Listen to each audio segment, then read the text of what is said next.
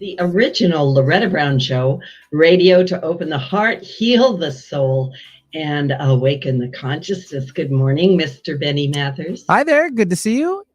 Good to see you too. Thank you. What's happening? Not a whole lot. Not a whole lot. Just, run the shows today. I'm back from a little bit of calming. You had Nathan fill in for me last week. I did. I went camping. Yeah, he did a great job. Yeah, he did. And I went camping with the boys. We got a little relaxation in, got a little sunshine. It's good times.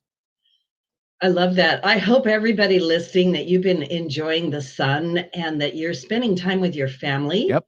I always kind of feel like, life can get really, really busy and we forget to take a pause.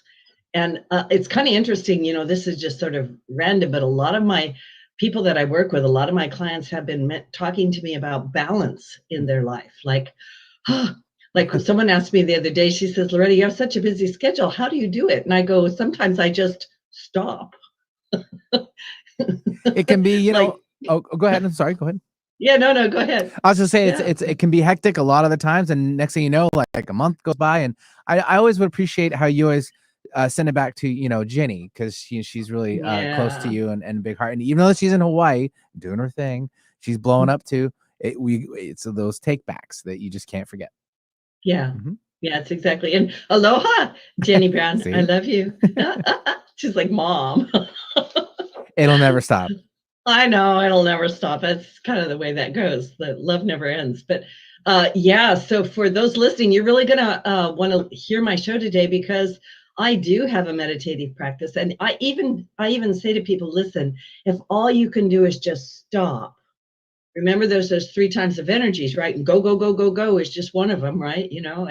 And then we've got that kind of in between, and then we've got stop, and I call it. I call it my sit and stare. That's what I do. That's it's in between clients, or in between, or the sit and stare. Like before the show, I was sitting and staring at the beautiful little hummingbirds, and that's got to be a challenge in itself. They move pretty quick. I don't know if you could just stare at them. I bet they could beat you though, because they're pretty quick. Yeah, they can. But I cheat. I have hummingbird feeders, right? So I put out new food. I'm just letting everybody know I put out new food, and new ones came, and I went, oh, you like this? That's good. This food? That's good. Yeah, that's how it is. So anyway, welcome to the show. I am the owner of Reiki Oasis, located right here in the greater Seattle area for the last 27 years. And there is a Reiki 1 class coming up on September 10th. If you would like to learn the beautiful art of Reiki, anybody can learn, and it can become a part of your life. It just kind of, I don't know, in my opinion, it just sort of introduces you into this idea that you are more than your body. And you have a lot of things available to you through your consciousness. Let's put it that way, through your connection to God and the divine. And so today is August 11th. Oh my goodness, we have a great, big, huge full moon. We are coming to the end of the Lionsgate energy, which I've been talking about. That Lionsgate energy is activating our hearts, our third eyes. It's been helping to heal old wounds that may have risen during this time. And some of you may be finally free of that grief or that sadness that has burdened your hearts for such a long time. You've been dragging it along with you. It is time to close a chapter and open a new one. And this is the perfect time to kind of show up for yourself maybe a little bit differently, and even for the world. This energy is opening our higher chakras. It's bringing all kinds of downloads or uploads, or, I sometimes am not happy with the words that we use for things, but it is a way to try to describe them. A lot of people have been having what I call bleed through to the other world, where they're saying things to me like, Loretta, I think I woke up and there were angels in the room. Like, what's going on, right? So that can be part of our discussion. And then there's all kinds of activated feelings of freedom, peace, creativity, and the world out there does its thing. And always my message is to become strong and stable within yourself, so that you are the one that brings the effect to the environment, like a candle coming into a room. So as far as this full moon today goes, it is located in the sign of the water bearer Aquarius. And so this full moon, also called the sturgeon moon, is reminding us that we each hold the key to shifting and changing our own emotional state. Ooh, uh-oh. Yeah. So the water bearer is a metaphor for emotional clearing and transmutation. This is the third super full moon in a lineup of 3 super full moons. The first one was on June 14th. You might think back. I'm having trouble tracking time these days. I look back and I go, wow, when was that? Right? So the first full moon was in June, then we had one in July, and now this final and third super full moon is going to be the final illuminator to help clear away things that you've been avoiding or suppressing in your lives. So Saturn's very active under this full moon, and Saturn is can sometimes make us feel a little stifled or smothered or stuck, or it just has tendency to bring up that old stuff that, like I said, you've been trying to shove back into the shadow of your reality. It's coming out, right? It's just simply going to come out. So stay grounded, set boundaries. And then Aquarius, the water bearer, always teaches us to use the power of our breath to clear emotionally psychic stuck energy. So keep breathing. I know it's funny because Aquarius is a person holding like a water jug, and yet it's an air sign. And people are always saying to me, Loretta, what is that? That doesn't even make sense. And I go, well, the water is coming up, and that water does represent emotional content. And so when the air comes across the water, it changes the water, as you know. And it can help evaporate those things that have been in there, and the warm air can help melt the water, you see. So you start to understand how it's really a strong alchemical time. And here we are in the full moon today. So remember that if harsh things arise in with you, it's always just an opportunity for greater growth. This full moon is closely connected with the Uranus North Node conjunction, which is the destiny. And so that is a major a major theme we've been working through. So it might bring things up, it might shake things up. There might be things coming out from under the carpet that have been hidden a long time we need to take a look at. And that's personally and collectively and globally. So the North Node conjunction will continue to reveal things through this month. And this, on a personal level, it might be having you take a look at what is it that you've been relying on? What is it that you've been using to navigate your life? And maybe it's time to change that up just a little bit. So make sure that you, make a conscious decision in a way that honors you, and then listen very carefully to my guest today, because I think he's here on exactly the right day. And so my guest today is Joseph Selby, known for creating bridges of understanding between the modern evidence-based discoveries of science and the ancient experience-based discoveries of the mystics. Joseph is a dedicated Kriya meditator for nearly 5 years. He's a founding member of Ananda, a worldwide spiritual movement, and has served in a wide variety of roles, including IT director, Ananda Village community manager, light bearer, and spearhead for Ananda's work in Europe and Seattle. We're going to be discussing his latest book, Breakthrough the Limits of the Brain. I can't wait. He's also the founder and CEO of TriStream, a leading-edge web and interactive design agency which helped pioneer user interface design for the web and for richly interactive web-based applications. Welcome to the show, Joseph. It's great to have you here. Thanks for having me. Yeah, I'm always paying attention to, what is happening in the present moment when you're here. And man, I've such a rich, I feel like you bring such a rich content to the show. So do we live in a hologram? Is our world real? What do you think, Joseph? What a question. Well, physics, particularly M theory, for those who follow the kind of deeper side of science, says that the entire physical universe is a holographic projection. And this is not a fringe theory. This is central to the kind of foundation of string theory and quantum physics. So what does that mean? The world is still the world that we're used to.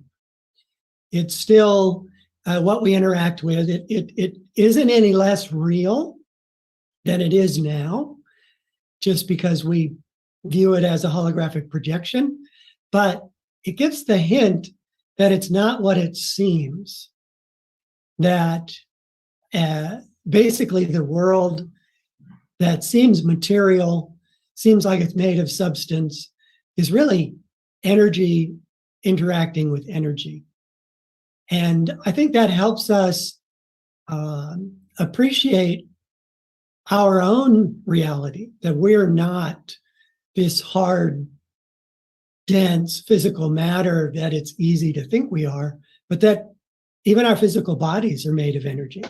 We have subtler bodies that are even higher frequency energy, but nothing that we interact with, that we feel, has a real substantial reality. We have to deal with it as if it does, but underneath, it is part of a bigger picture of creation. Before the show started, I was telling you I woke up this morning very heavy in a very vivid dream, which I still kind of feel like I'm in it a little bit. And I was talking to you a little bit about the fact that I sometimes feel like this is a dream, but this idea that our perception of this world, and I really want you to talk about this, that our perception of the world really, does it define our world? Does it shape our world? How do, like the name of your book, The Limits of the Brain, how does that all come into this picture? And that's a big question, I realize. It is a big question, but it's a great question, because more than most of us realize, our brain is running the show. That we have created neural circuits just because anything that we do repeatedly, the brain creates a neural circuit to support it. So that can be walking, that can be talking, that can be emotional reactions, that can be, it can trigger thoughts. So these circuits are, the brain is obliging. It will support anything we do, whether it's good for us, bad for us, brain doesn't care. The brain just supports whatever we do. But those supports become real physical structures in our brain, which automatically get triggered by various things, whether that's a sound, a smell, a comment, something we read. And then that trigger puts us into behaviors that are highly automatic. The biggest and most significant aspect of that is that it also keeps us very involved and interacting with the world that's revealed to us by the senses. But there's another whole world that we can also perceive that is much greater, much more fluid, much more pure energy than this physical world. It's the world the mystics talk about. It's the world that saints and sages talk about. It's the God-created infinite consciousness that we are a part of. All of those things are real, but our brain doesn't support us being aware of them. When we were children, many children have the experience of seeing angels, of being aware of subtler realities. And gradually we get talked out of it. And we also get interested in operating in the physical world, because if we don't, we need to talk, we need to walk, we need to operate within this physical world. And that kind of takes over all of our attention, and we lose that innate awareness of deeper, more subtle realities. And therefore, the way I say is we've made ourselves neurally blind to anything except the physical world. So we've wired ourselves, not up by intention, but out of necessity, out of ignorance. We've wired ourselves to just be aware of this world. But what the saints and sages tell us is that we can rewire. We can meditate, we can pray, we can have deep spiritual experiences that do the same thing, which is it supports anything that we do repeatedly. So if we dip into spirit repeatedly, we develop neural circuits that support that take us up into our higher chakras, that take us up particularly into the point between the eyebrows and the forebrain. And then that subtle awareness can become a neurally supported habit as well. Wow, I love what you're saying, and thank you. It's easy to follow your explanations of things that could be quite complicated. So if I'm understanding you correctly, the neural pathways, which are a functionality of the brain, right? Like we're talking the brain, right? Wires itself or rewires itself through repetition. So, and by the way, I'm kind of giggling because, yeah, that was my experience as a child, right? Like, so I was born a little bit, energetic, let's put it that way, maybe a little bit spiritually awake, and saw all kinds of things and I wasn't able to shut it off, but I was able to hide it until I couldn't, right? But this idea that many, many people out there probably experience things, a realization that we are not just this 3D world, and then they don't trust it, right? Because they don't have anything around them that helps enforce that for them. So can you talk a little bit about how you got into all this? And I want to point out to the listening audience, you have a beautiful picture of Yogananda over your shoulder. And the energy of that's really coming through to me. I love Yogananda. Anyway, if you could just tell us a little bit about your story and how you got into all this, because you have been meditating for 40 or 50 years. Yeah, I think my story can be kind of encapsulated by my experience in my college years. So I went to the University of Colorado in Boulder, fresh out of high school, and very much was on the path of getting a science degree. And I was deep into microbiology and the other sort of hard science study, physics and chemistry, et cetera, that surrounds a major like that. And I liked it. I love science. I love the precision of science, the exactitude of the process. But in the middle of that, I had a profound psychedelic experience.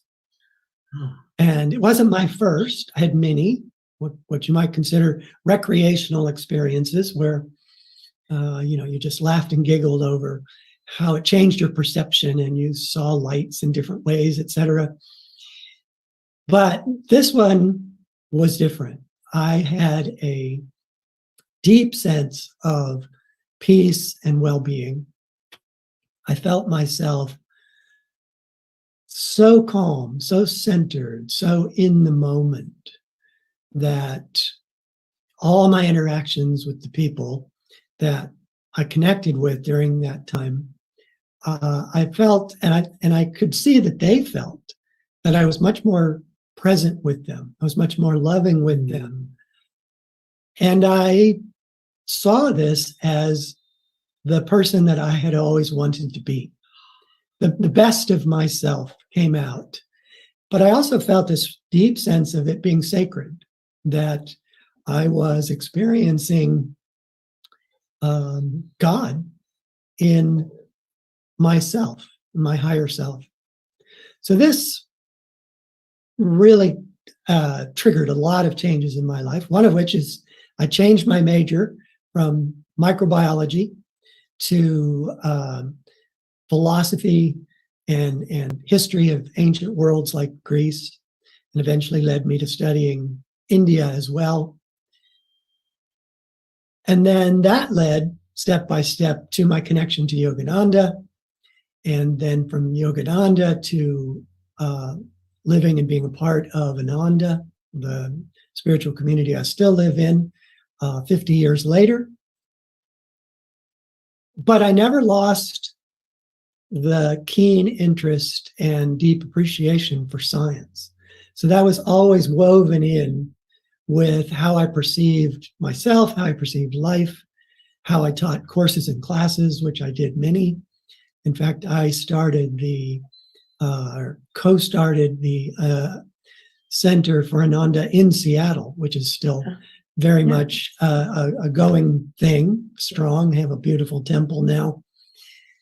So I did a lot of teaching, but I always had that connection. I always saw that not only my own experience, but many people I talk to, they need or want that scientific confirmation for spiritual truths.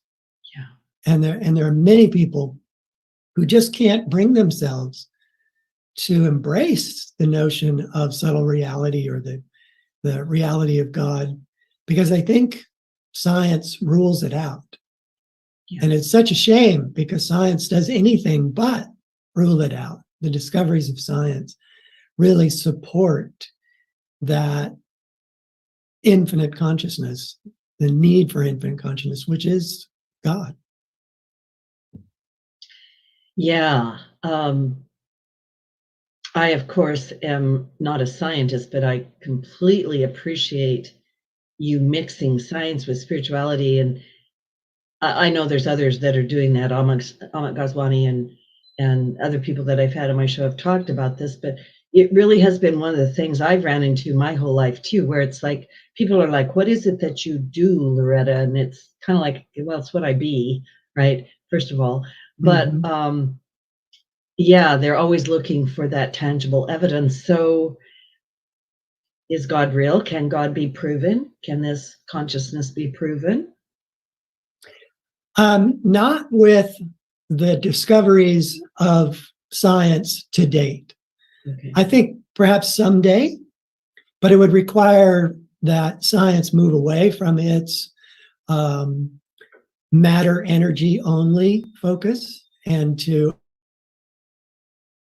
add that experimental sphere to include science. Now, there are, in fairness, many scientists who study what's known as a psi phenomenon, and Dean Radin and the Noetics Institute are a wonderful example of that, and there are other examples. So it's not as if it has gone without scientific study, but it's very much on the fringe of modern day science, and it gets, in my opinion, disparaged by what it's called. It's called the paranormal. Yeah. So it suggests that even if it's real, it's not really real. It's always paranormal. It's not a core foundation of reality. But I think in time it could become that. But meanwhile, science can support the testimony of saints and sages. You can find, going back to Fritjof Capra's The Tao of Physics, you can find discoveries in science that so closely parallel discoveries of science that they give a boost of confidence to people who are wanting the two to come together. So it's there in potential, but what I like to do is I like to look for the intersections. I like to look for comments, theories in science, tenets in religion or experiential spirituality that do intersect, that you can make a clear connection between them. So we started our conversation and I invoked M theory. Well, M theory is a rich connection to many spiritual teachings. It supports the notion of astral regions, the heavens. It supports the notion of us having an astral body or a subtle energy body. And I mentioned that the universe that we inhabit is considered to be an astral projection. But it's more complete than that, is that every physical body that is operating in this astral projection is itself an astral projection. Yeah. And so our physical body, as is part of experiential spiritual teachings, a projection of our astral body. And without our astral body, we don't have a physical body. And that we are so much more in our astral body, our thoughts, our emotions, our memories, our intentions, all reside in our astral self, not in our physical self. Okay, so you saw me nodding my head. You connected a dot for me in kind of an obvious but subtle way for me. I've always felt that it's an odd way to say, but like when I look at people's energy bodies, I always kind of feel like I flip an eyelid of some kind. And I've always had this idea that people are being projected into this energy grid. Like, it's hard for me to explain, but I know you're following me. And I went, a projection, because I've always said people just look like projections. And you just said that, and I went, oh, yeah, because they are. Right?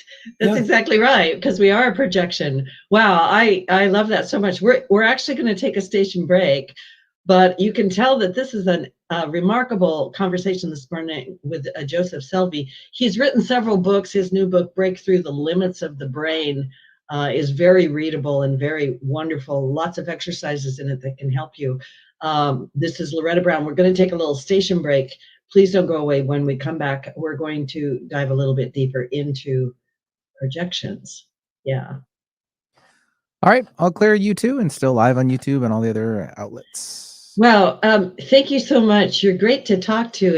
And I love the way that you make everything so reachable. Right? Thank you. Yeah, reachable. Because I can tell you go deep. You go deep into there. Yeah. Yeah, well, that's what I'm interested in. Personally, I want to go deep. And so I naturally want to understand these connections between deep spiritual teachings and the deep, very deep theories that we find in science. Yeah. And also because, all of the mystics, as you say, talk about it. I think that it's, I don't know if the word imperative, but imperative, I'll just say, because that's what came to me. It's very vitally important that we begin to open this doorway back up for people that do not have the doorway open, which is we are much more than this 3D world. And that when we access that, we access something that changes our whole reality, right? And it is, what I find fascinating is that it is our reality. Yes, we just don't know it. So we think, because science has tended to indicate this, that the thoughts we have come from the brain, that the feelings we have come from the brain and body, that we are this physical body and everything we experience is a result of this physical body. But it's not true. I hate to interrupt there, Joseph. I'm going to bring you guys back. All right, stand by.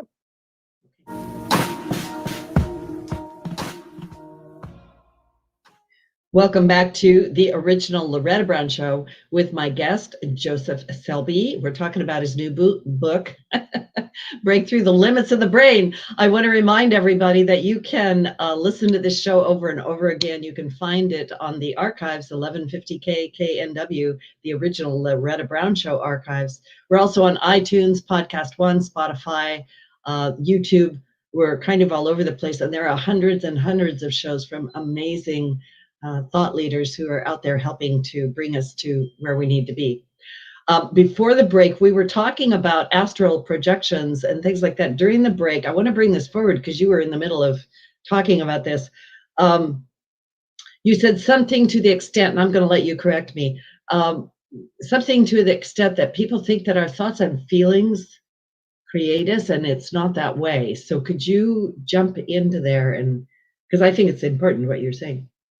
Well, it's very easy for us to identify with this physical body as us, and that everything we experience, the thoughts we think, the emotions we have, the memories we can recall, our will, our interest in what we're doing, all is generated in some way from the brain, and that's it. That's the totality of who we are.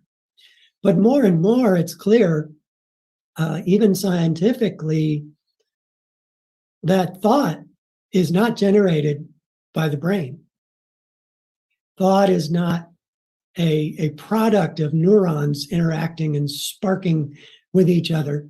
Thought comes non-locally, as does emotion, as do our memories. And that we're simultaneously living in two realities that are perfectly meshed and interpenetrating. So we have our subtle reality manifesting as our subtle body, and we have our physical reality manifesting as our physical body, but they are inextricably connected. So it appears to us that we have a thought and we are operating in our physical body, but we don't realize that that thought came from our more subtle half, or even more than half, and that that emotion came from that other subtle part of us and not from the physical body. But when you meditate, and particularly for those who have had near-death experiences, they go into the astral regions, into the heavens, and they're often surprised, even shocked, that they're still who they are. that they look to themselves the same, even though they know the body is more subtle, and they have the same thoughts, they have the same attitudes, they have the same feelings. They are completely who they were moments ago, only now without the physical encasement. So we're constantly in that dual reality. And so when you meditate and you start to have wonderful feelings of joy and happiness and calmness, you're becoming more attuned to your subtle reality that's always there and less aware of your physical body. It's really what near-death experience is that they've suddenly, and this is not a recommended practice. Don't do this at home. Don't do this at home, but they have suddenly become completely unaware of their physical body. And when that flip takes place, they become completely aware of their subtle astral body. So when we meditate, the less we feel our physical body, the less aware we are, the less we move, the more we are aware of the astral. And astral is wonderful. The astral is movingly, joyfully, peacefully loving. It's the best of us that we know now. Yeah, I'm smiling. I've had a couple of near-death experiences, and I've interviewed people who have had them, and I had never actually thought about the fact that what you just said, but it's actually true. You are yourself, you know you are you, and you recognize others, right? And but this beautiful place, you said something earlier about how when you got into meditation, I wrote it down, that it felt like you were more the person that you wanted to be. Yes, that experience, that psychedelic experience, just proved to me, beyond just intellectually considering it, but actually experiencing this deeper, and I'm sure that it is this connection I made to subtle reality, that I was living from that, even though I was still operating in the physical body. And it allowed me to realize that that's what saints are. That's what mystics are. That's what folks like yourself are. You operate with the awareness of deeper reality simultaneously. Yes. That there's no conflict, that you don't even realize you're going in or out of focus with one or the other. They're both equally real to you. And that's what I wanted. That was living in that way was what I really discovered I wanted the most in life. And that set me on the path of Yogananda's teachings and Kriya meditation and serving in any way I could, because through service, I felt more attunement to that subtle reality. And it became my whole life. Yeah. Yeah. So bringing that down into where somebody listening might be, I'm thinking, so my perceptions, I'm going to use these words that, my perceptions of the world may be hardwired into me. My brain is limiting me somehow. And I'm thinking also of so many people have been saying to me lately, how do I become who I really want to be? Right. Mm-hmm. So you can jump in there anywhere you want. Like, it's kind of a question, but it's also like, you can tell it's kind of the way I work. Like I'm thinking, so if I am this, definition of self, right? And I have this idea somewhere on the inside of me, like if I ever sat still long enough, I could go, oh yeah, I'm actually a being of light and love, and I want to do blah, blah, blah. I want to help people, right? Mm-hmm. So why is our brain so limiting? Does that actually serve us? And how do we break through those limits? The brain is perhaps not innately limiting, but it's the way we have wired it that is our limit. So all of us, when we think, well, I just want to be more, I want to be that better self. The reason we don't immediately start manifesting that is that we've already wired our brain to our old self, our old habits, our old tendencies of the way we react. And it's really quite powerful. The brain is, unless we, as you put it at the beginning, unless we take a big breath, pause, focus in the moment, our brain is just going to keep running along like a train that, is on an infinite track. And as we go along with the train, we have these emotions, we have these thoughts, we do these things, but there's a surprisingly high degree of that is automatic behavior. There was a book written, and I'm sorry that I can't remember the author's name right off the top of my head, but it's called Thinking Fast and Slow. And the title sort of says the story that fast thinking is the automatic thinking. We just go along with whatever our thought was and whatever it suggests we should do, but that we can slow it down. We can be deliberate. So the challenge for us to become the person we want to become is to think slow, to get centered. And the best way I know to do that is to develop a habit of meditation. So that while you're in meditation, to begin with, it's just while you're in meditation that you slow down and you have these experiences. But that rewires your brain.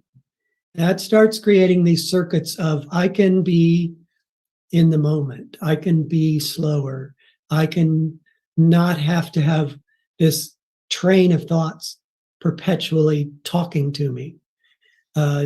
Michael Singer, in his book, referred to that as the annoying roommate that co-inhabits your mind, your life, right?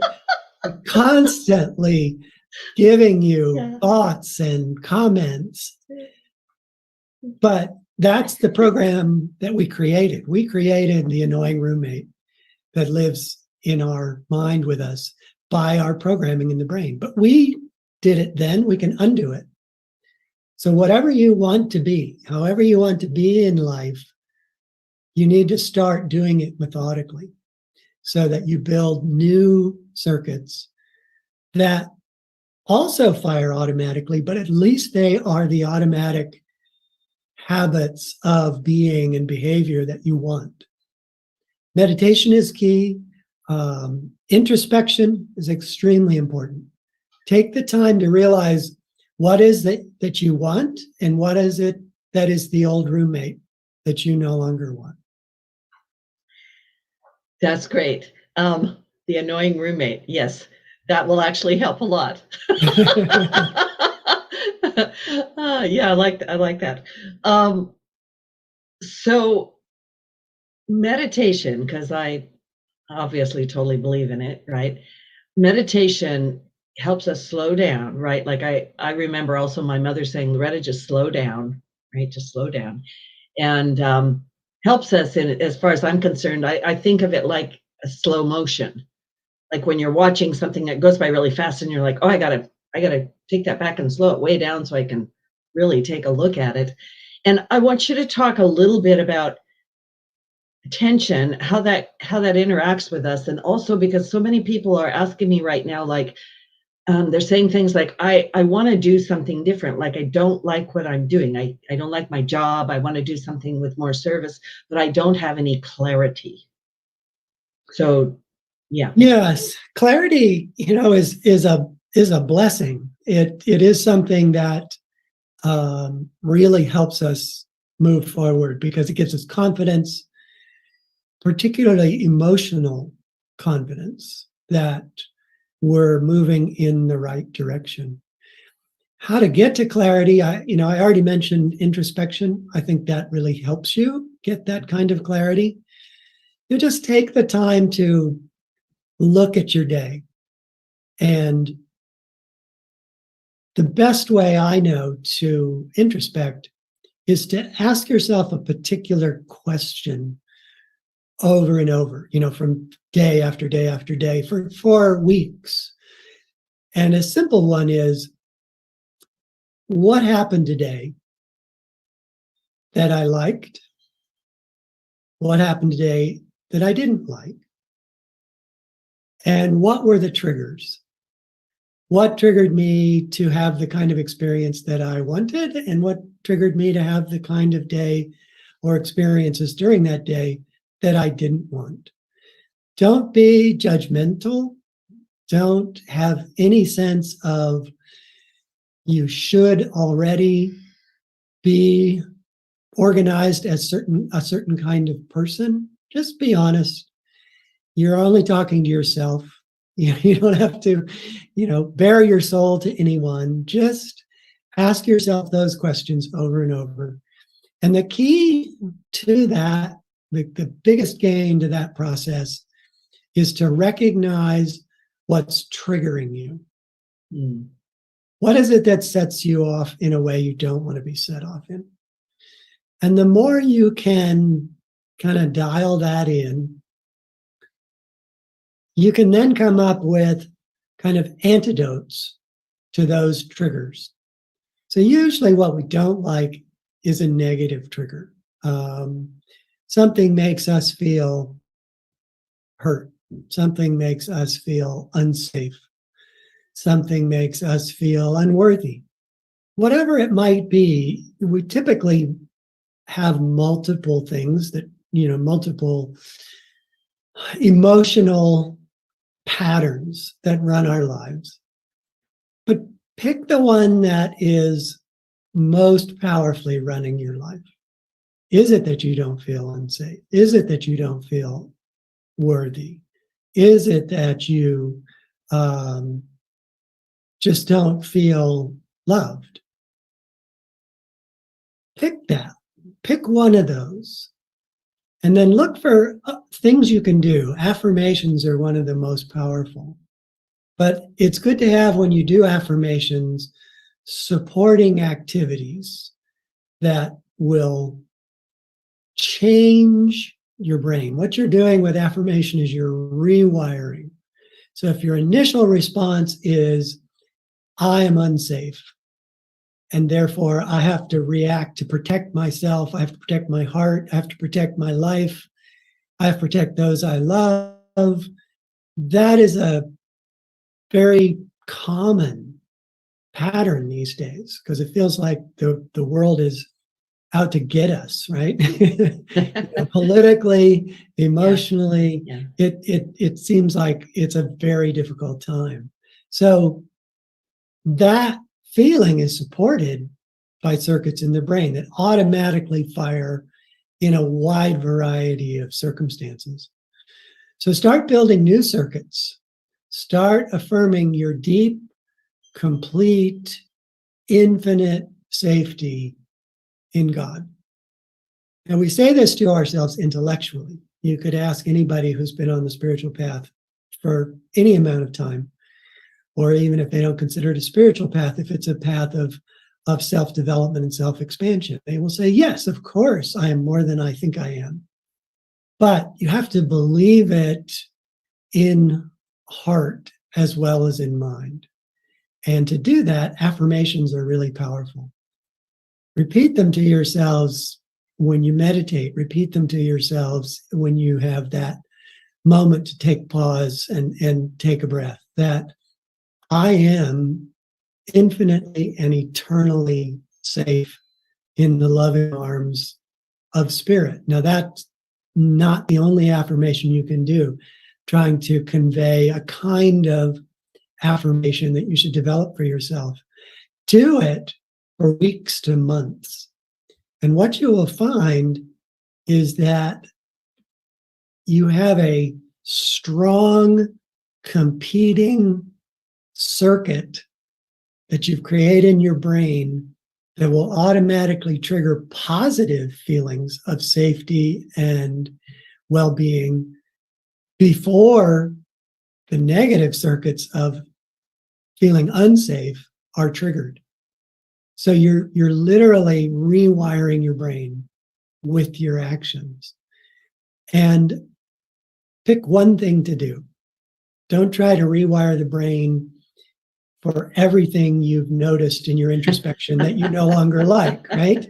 It's too much. Right. Pick one thing, do it well, make it a part of your meditation, make it a part of your life so that you do that affirmation often. And you'd be surprised how quickly you can be in competition with the old wiring that you no longer like. You can create new channels for your life force and your attention to go through surprisingly quickly. But if you don't do this, what you will find is that your life will always be a mix of those triggers you don't like and the triggers you do like. Take charge, realize that it's yours to do, and that there's nothing that can stop you from doing it and doing it successfully if you choose to do it. And then that's where you break through the limits of the brain.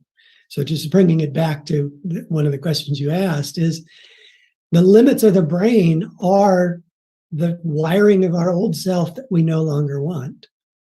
We can create new wiring that not only gives us that feeling of safety, but also allows us to experience subtle realities that are beyond the physical world.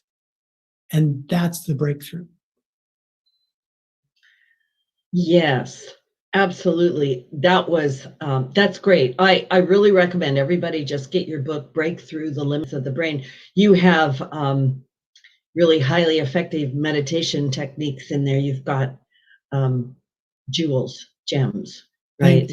And I just want to encourage people. Sometimes we're in this place where, like you say, that train in our head just won't quit. That annoying roommate just won't be quiet and stop it. And the very first step, of course, is learning to just quiet that down, just stop a little bit. And then I think you also embody or represent, how you live your day-to-day life, like you're an IT guy, you're a smart guy like that, but you also bring this aspect into your life, which makes your life somewhat extraordinary or different. And I want to encourage people that is really how we should be living, in my opinion. So how do people stop the train? How do they really get onto this? And I'm hearing you say too, that if you do this again and again, you do it a little bit, then it's really gonna lay down. Like it really is just simply that. Yes. So your brain supports whatever you do repeatedly. It's a very simple proposition. And so do the things that you want to do. You have to do them deliberately to begin with, because you have no already established neural circuits to support that behavior. So it takes will and attention initially, but then the brain will start supporting all the behaviors, including emotional responses, which I think are the most powerful drivers of everything that we do in life. We want to feel happy. We want to feel good. We want to feel love. We want to feel joy. This is the motivation for pretty much everything we do in life. If our emotions are pulling us in directions we don't want to go, we have to open ourselves to new levels of feeling and emotion. And I always circle back to meditation. There's nothing else you hear in this talk or take away from any book that I write or anything that any spiritual teacher tells you. Take meditation. Meditation is experiential. That's the key. I can talk to you forever about how meditation is, but it won't have any meaning to you until you meditate, until you actually experience it. And then once you experience it, and once you get a taste for the, de-stressing, the calming, the awakening of wonderful, peaceful, joyful, loving feeling, then you'll never want to stop. It's not that meditation is that, is that meditation gives you access to that. And that access is the infinite consciousness of God, or the absolute, or spirit, however you want to think of it. That's what you're accessing when you meditate. Well, for me too, it just makes life richer and deeper. Like there's meaning to it. There's purpose. I don't know, it energizes me or it strengthens me or lifts me up in some fashion, as opposed to it's just the 3D chop wood, carry water, right? Yeah. Yeah, exactly. Yeah, show up a little different. So where can people find you, find out more about you, your book, and your other books? So I have a website with my name, the Joseph Selbie. That's spelled Selbie, somewhat unusual spelling of Selby. So josephselby.com. And on that website, you can find more information about all my books, The Physics of God, as well as the Breakthrough the Limits of the Brain. And there are articles that you can read. You can read the first chapters of my books to give you a deeper sense of them before you maybe go further.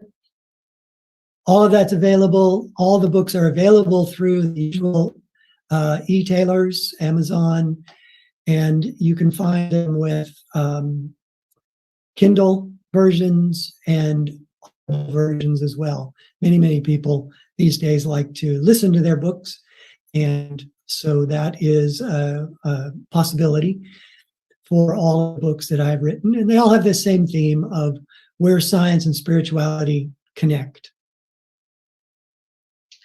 So we have less than a minute left. What do you mean when you say all things are neutral? All things what? Are neutral? That's a good question, because we tend to think that the things that are happening to us are good or bad. we all do it. It's very natural. Oh, that person was mean to me, that's bad. Or that person loved me, and that was good. But what we're allowing ourselves to do by defining them as good or bad is to cause ourselves to react and to wire ourselves to be up when things are good and down when things are bad. And it's the down when things are bad, or at least we think we're bad, that makes us unhappy, makes life difficult. But if we can learn to appreciate that we're defining our reaction and that we can be in control of that reaction, and instead of being down when people are mean or conditions are not what we want, we can remain centered, calm, peaceful, loving, regardless. That is very powerful.